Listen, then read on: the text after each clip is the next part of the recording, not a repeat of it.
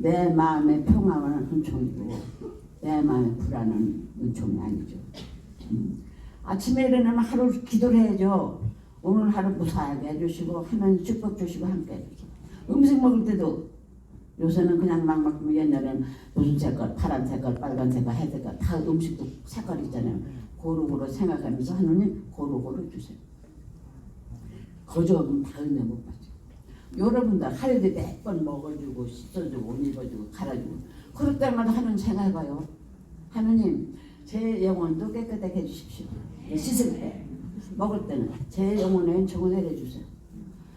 그런 습관이 되면은 쉽게 하느님. 안녕하십니까. 스피치가 스펙을 이긴다의 저자 국미정입니다. 내가 사랑하는 사람아, 김정희 에프레임 수녀님이 지으신 책 가톨릭 출판사. 오늘은 12번째 낭독 시간입니다. 읽어드릴게요. 편집글 20. 에프레임 수녀님께서는 저의 수술이 끝나고 일반 병실로 옮겨지면서 매일 병실로 찾아오셔서 성체를 모실 수 있게 해주시고 기도도 해주시던 어머니 같은 분이셨습니다.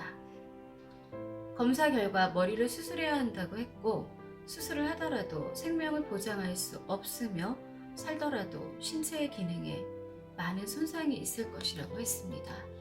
그러나 하느님께서는 저에게 살 것이라는 확신을 주셨고 저는 수술하기 전 수술대 위에 누워 성호를 긋고 나서 수술을 받기 시작했습니다.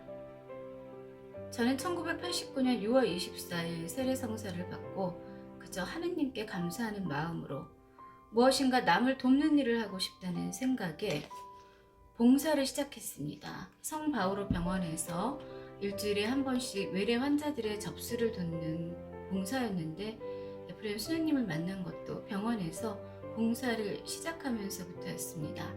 그런데 언제부터인가 저는 몸의 통증을 느끼기 시작했습니다. 그래서 이번에는 오히려 제가 환자가 되어 성 바오로 병원에서 검사를 받았습니다. 검사 결과 머리를 수술해야 한다고 했습니다. 그리고 수술을 하더라도 생명을 보장할 수 없으며 살더라도 신체의 기능에 많은 손상이 있을 것이라고 했습니다.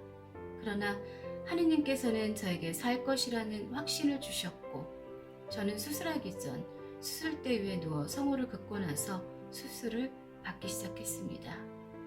17시간의 긴 수술을 받는 동안 저는 높은 산에 올라가 아름다운 꽃을 한참 구경하고 있는 꿈을 꾸었습니다. 그런데 서너 발자국 앞에 수단을 입고 서 있는 남자의 뒷모습이 보였습니다. 저도 모르게 예수님이라는 확신이 들어 두 손을 합장하고는 머리를 숙인 채 엎드려 있다가 깨어났습니다.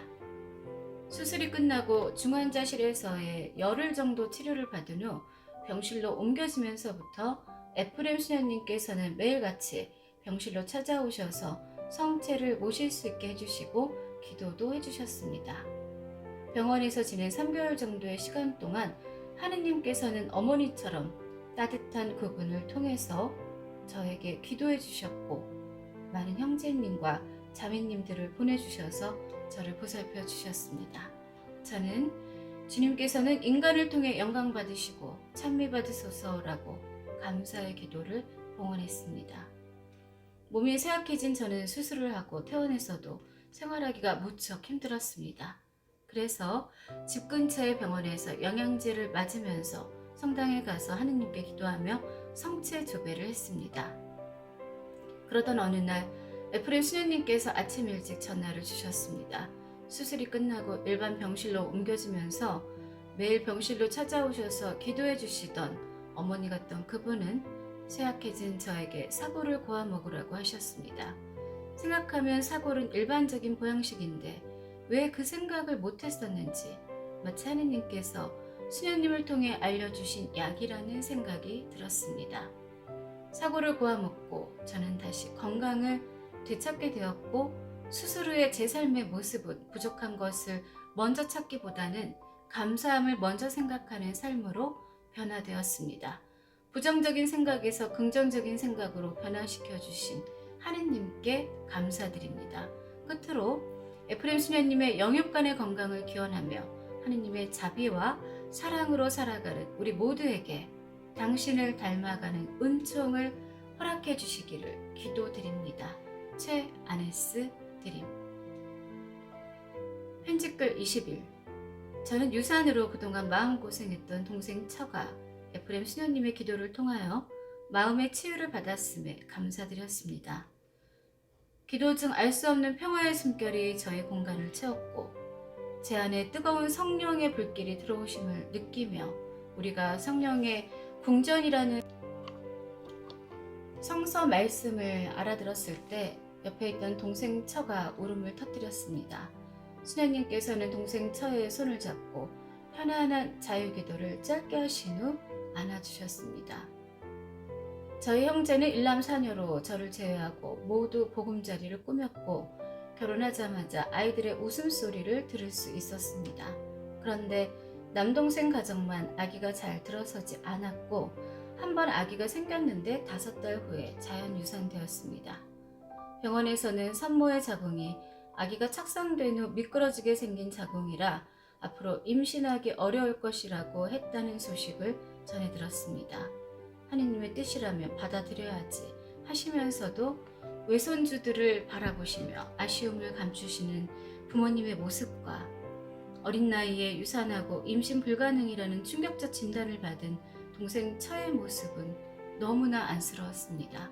그래서 저는 수도자로서 동생 가정에 필요한 은혜를 더 간절히 청하게 되었습니다. 연중 피정 중 저는 에프레임 수녀님을 알게 되었고 피정 후 수녀님을 찾아뵐 수 있는 기회를 마련했습니다. 동생 처와 저는 수녀님을 찾아뵙고 이런저런 이야기를 나누었고 몇 가지 주의할 점도 들었습니다. 그리고 수녀님과 기도에 들어갔을 때 저는 순수한 마음으로 간절히 청했습니다. 기도 중 알 수 없는 평화의 숨결이 저의 공간을 채웠고 제 안에 뜨거운 성령의 불길이 들어오심을 느끼며 우리가 성령의 궁전이라는 성서 말씀을 알아들었을 때 옆에 있던 동생 처가 울음을 터뜨렸습니다. 수녀님께서는 동생 처의 손을 잡고 편안한 자유기도를 짧게 하신 후 안아주셨습니다. 감사하는 마음으로 돌아오는 길에 동생 처는 자기 가슴 속에 있던 응어리진 마음이 사라졌음을 이야기했고 저는 유산으로 그동안 마음고생했던 동생 처가 마음의 치유를 받았음을 감사했습니다. 2달 후 동생 처에게서 임신을 했다는 감사의 소식이 들려왔고 10달 동안 그 약한 몸으로 몸조리를 정성껏 다 했습니다. 에프레임 수녀님 축일 전날 동생 처는 공주님을 안았고 저는 이 기쁜 소식을 에프레임 수녀님께 전해드렸습니다. 병원에서도 그런 자궁으로 아기가 태어났고 무사히 자연 분만하게 된 사실에 놀라워했습니다. 수녀님, 진심으로 감사드리고 수녀님께서 하시는 일들이 주님의 마음에 꼭 드시는 일이기에 언제나 함께 하시리라 믿습니다. 저도 수녀님을 통하여 함께 해주시며 은총의 빛으로 저희 곁에 계시는 성령님께 찬미를 드립니다. 또한 언제나 좋은 것만을 주시는 그분의 음성에 열린 영혼이 될 수 있도록 사람들을 위해 기도하는 수도자로 남을 것을 주님 앞에 약속드립니다. 이 안젤라 수녀드림.